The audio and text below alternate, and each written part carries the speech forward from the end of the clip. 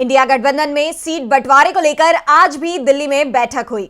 आज कांग्रेस और सपा नेताओं के बीच यूपी में सीट बंटवारे को लेकर लंबी चर्चा चली और इस चर्चा के बाद साफ हो गया है कि यूपी में सीट बंटवारे में किसी तरह की कोई परेशानी नहीं होगी। तो क्या है सीट बंटवारे का समीकरण, देखिए ये रिपोर्ट। इंडिया गठबंधन में सीट बंटवारे को लेकर आज कांग्रेस और सपा के सदस्यों की बैठक हुई। कांग्रेस की तरफ से मुकुल वासनिक, अशोक गहलोत, भूपेश बघेल, सलमान खुर्शीद और मोहन प्रकाश शामिल हुए, तो सपा की तरफ से प्रोफेसर रामगोपाल यादव, जावेद अली, लालजी वर्मा, संग्राम सिंह यादव और उदयवीर सिंह शामिल हुए।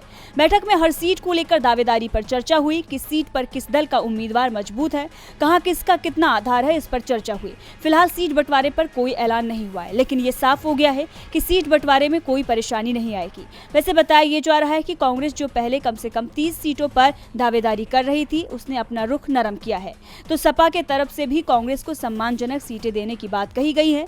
दावा किया जा रहा है कि सपा यूपी में 55 से 60 सीटों पर चुनाव लड़ेगी, तो कांग्रेस को 16 से 20 सीटें दी जा सकती हैं। आरएलडी को 5 और 1 सीट जेडीयू के लिए छोड़ना तय माना जा रहा है। पहले सपा की तरफ से कम 65 सीटों पर चुनाव लड़ने का दावा किया जा रहा था। सीट बंटवारे को लेकर एक और बैठक होने की उम्मीद है। इसके बाद सीटों के बंटवारे का ऐलान हो जाएगा। दरअसल यूपी के लिए सीट बंटवारे में देरी का कारण माना जा रहा था बसपा को। कांग्रेस की कोशिश थी कि बसपा भी इंडिया में शामिल हो, जिस कारण यूपी में सीट बंटवारे का काम नहीं हो पा रहा था। लेकिन मायावती ने जब अलग लड़ने का ऐलान कर दिया तो इंडिया ने यूपी पर सीट बंटवारे का काम शुरू कर दिया। डीबी लाइव की रिपोर्ट।